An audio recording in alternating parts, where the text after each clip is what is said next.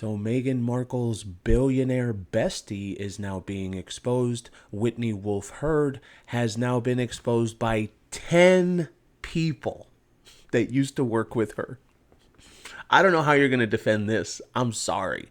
And I got to say, this is the most unsurprising news. Someone as toxic, racist, as toxic as Meghan Markle is, it's not surprising that her friends are just as toxic and pretty racist, because this Whitney Wolfe Herd woman has now been said to use the N-word.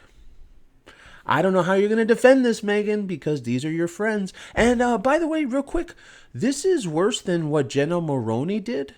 Jenna Maroney, Meghan Markle's ex-best friend, all that she did was some little interaction with some black woman on Instagram, and that blew up because it was back then during BLM.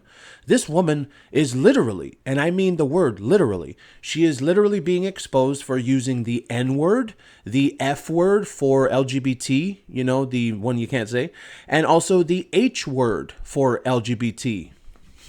So, I mean, this is it, I would say. Now, she's a billionaire, so I was going to say this is it for Whitney Wolfe Herd, but she's a billionaire, and those type of people, they always get away with everything. Tyler Perry. So you really can't see.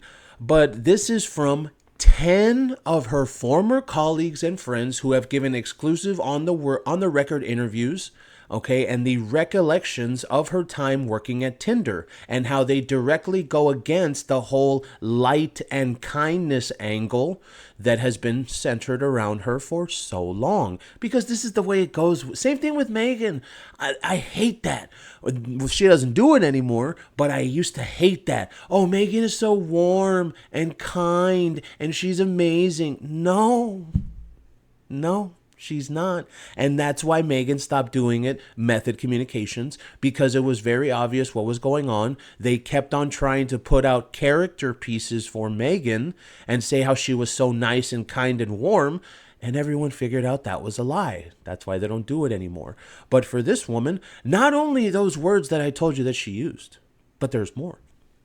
Apparently, the whole creating Tinder is not real either, because she joined the startup dating app at 22 and later assumed the title of Vice President of Marketing.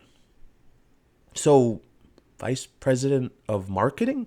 Weren't you and I told that she's like the creator, female founder? She was literally on the Female Founder podcast, remember?